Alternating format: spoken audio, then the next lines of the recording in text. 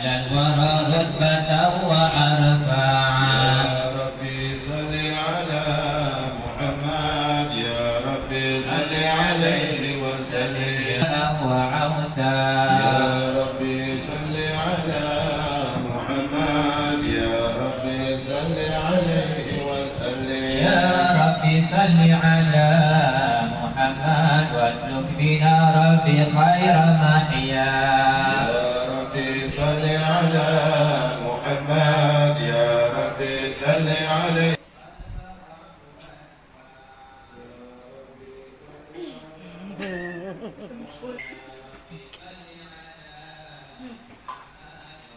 Oke.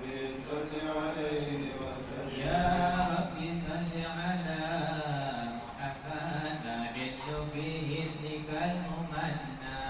يا ربي صل على محمد يا ربي صل عليه وسلم يا ربي صل على محمد يا ربي صل عليه وسلم يا ربي صل على محمد رافق بنا خير خلقك جمال. يا ربي صل على محمد يا ربي صل عليه وسلم يا ربي صل على محمد يا ربي صل عليه وسلم. يا ربي صل على محمد يا ربي صل عليه وسلم اللهم صل وبارك عليه.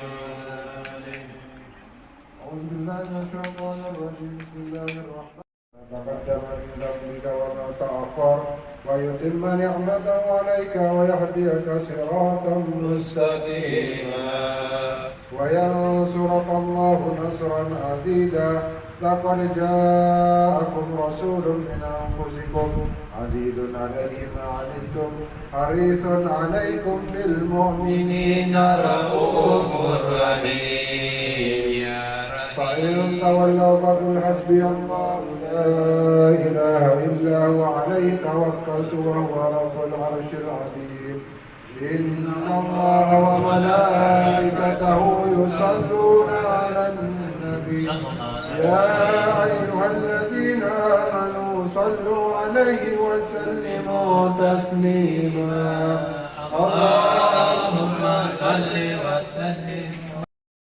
Samanya ke Indonesia, ke Singapura, tidurnya saya tanya, Habib, ente tidak on alarm clock? Mana tidak? Bangunnya dengan Allah. Itu paling basic, paling dasarnya tawakal kepada Allah. Wa may yatawakkal 'ala Allah fa huwa hasbuh. Siapa yang senantiasa bertawakal kepada Allah, maka Allah akan mencukupkannya. Di sini saya ingin membawa peringatan untuk kita semua. Apa yang terjadi saya di Singapura, apa yang terjadi ini adalah qadar Allah. Alhamdulillah, Allah telah meminjamkan kita. Bukan meminjamkan sebenarnya, Allah telah meminjamkan kepada buminya yang Habib Ahmad ditumbuhkan dengan sumber-sumber yang halal. Disebabkan itu etikatnya kuat kepada Allah. Adiknya Habib Zain juga, mereka taat kepada kedua ibu bapa mereka. Mereka taat, saya menyaksikan sendiri.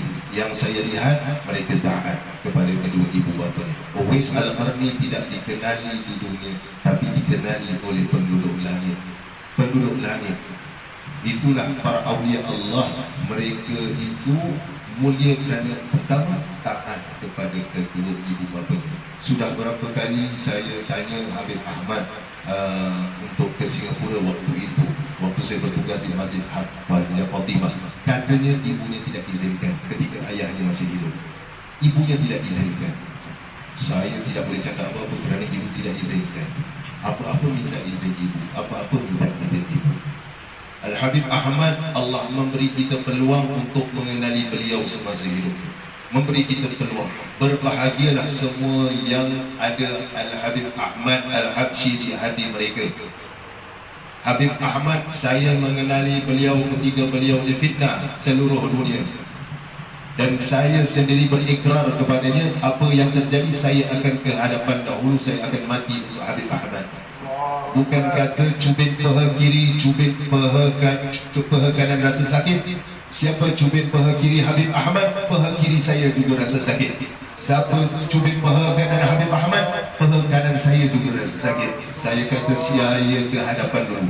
Inilah yang dikatakan oleh Rasulullah sallallahu alaihi wasallam.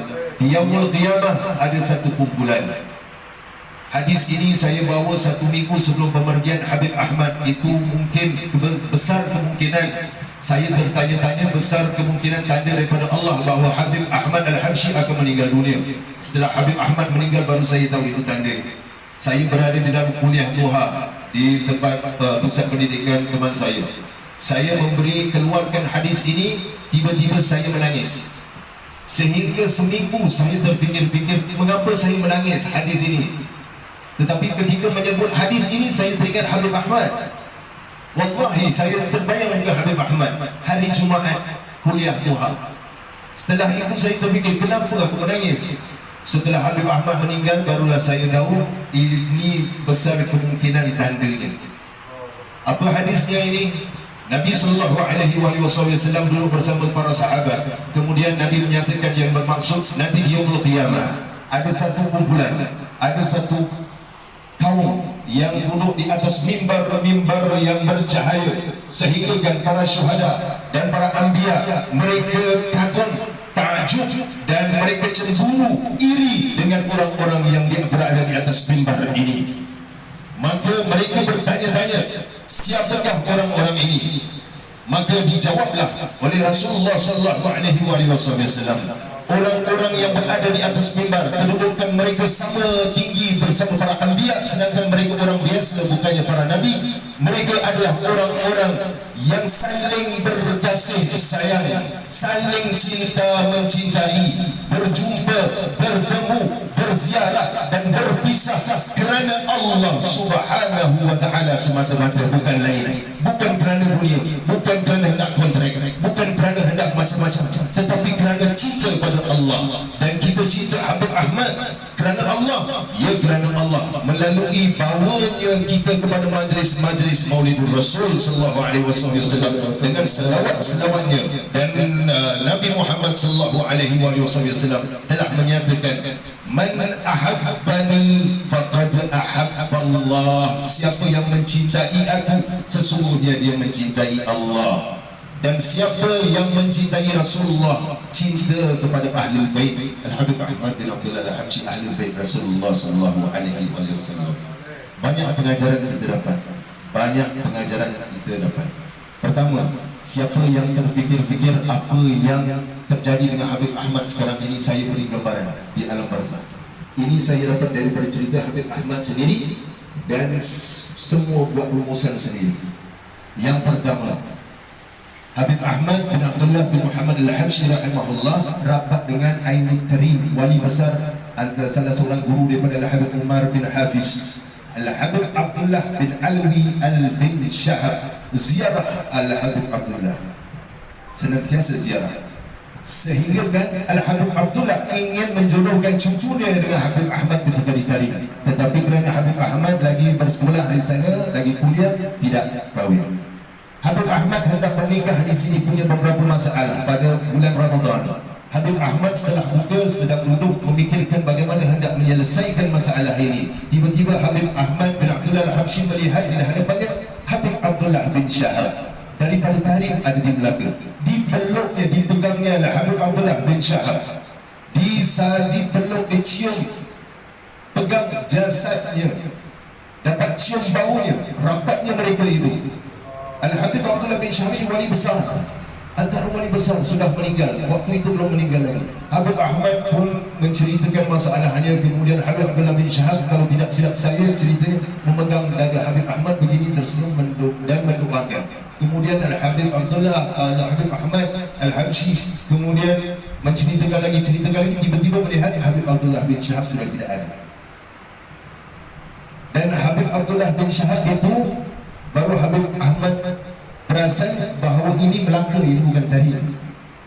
Dan Habib Abdullah bin Syahab tidak pernah keluar daripada kota tarian, datangnya di situ. Habib Ahmad Al-Habsyi disayangi oleh para awliya Allah. termasuk juga Al-Habib Ali bin Ja'far Al-Idrus. Saya akan kembali kepada cerita Al-Habib Abdullah bin Syahab ini supaya semua tahu kedudukan Al-Habib Ahmad. Ya, saya tidak mau keluarkan cerita ini ketika beliau masih hidup kerana takut timbul fitnah. Kita hormati azan.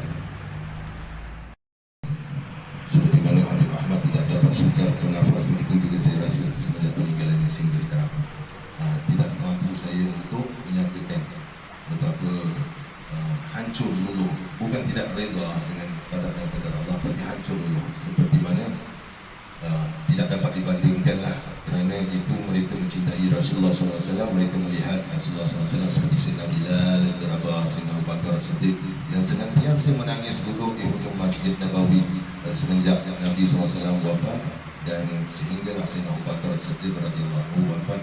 Maka mereka melihat Nabi SAW, mereka rasa kehilangan Nabi SAW. Dan ini Habib Ahmad, zuriat keturunan Nabi SAW.